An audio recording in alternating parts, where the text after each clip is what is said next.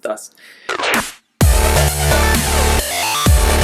Alright, welcome to another episode of Ask Sean Anything. I am Sean, and you have asked a question, and I am here to answer it. That's a ridiculous intro. But, really excited about today's question. Can you be excited about a question? I think you can.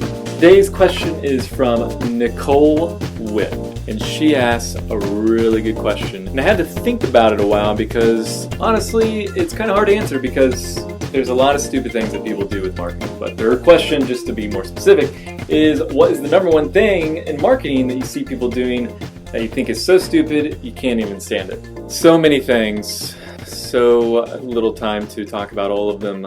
I'm gonna go with one though. To me, the biggest sin you can make in marketing for yourself, if you're marketing yourself, which if you are doing any kind of product or service, at the end of the day, whether you're selling yourself to investors, whether you're selling yourself to a customer, whether you're selling yourself to yourself, yes, you need to sell yourself into actually doing the work, and it's a whole other discussion, but if you're not convincing yourself that what you're doing is worth doing, then you're not going to convince anybody. Where was I going with this? The number one thing that drives me crazy with people in marketing is that they're trying to be someone they're not. Now, we're all familiar with personality tests and strength finders, all this stuff, Myers-Briggs, whatever. And the one thing all those point out is we have strengths and we have weaknesses. The big point that you can take away from Know Your Strengths, which, do I have it here? I have it somewhere. Now Discover Your Strengths, at the very bottom here. The big point of that book was if you know your strengths and you know your weaknesses, you can play to your strengths and outsource or delegate your weaknesses. Now, a lot of people, they look at their weaknesses like, I'm not great in front of people, I don't, do this very well or that very well, and they say, well, I need to be the opposite of that. So they'll try to fake it.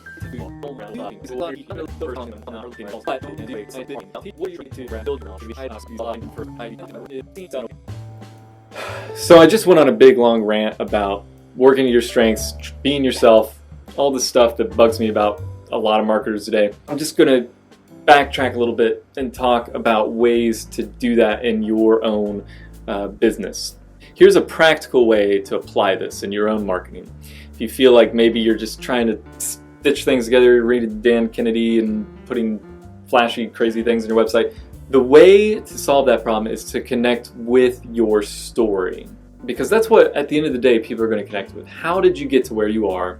Why are you there? Maybe this isn't the front end of your marketing. Maybe the front end is the 5 ways to solve XYZ problem by doing this, blah, blah, blah, magic thing. Here's my solution. That type of marketing does work, and we all kind of have to do that to a cold audience, right? But once you have that audience, once you bring them into your world, your job is to then teach them and nurture them to have a connection with you. And the way to do that is to share your story. Now, it doesn't have to be like this big old montage video crazy thing of where you came from, your history, your past. It could be a simple blog post, it could be, all kinds of different mediums. But the main point is to teach or show them that you are actually, you get them, that you have a... I only have 50 seconds left. I think I'm going to try this one.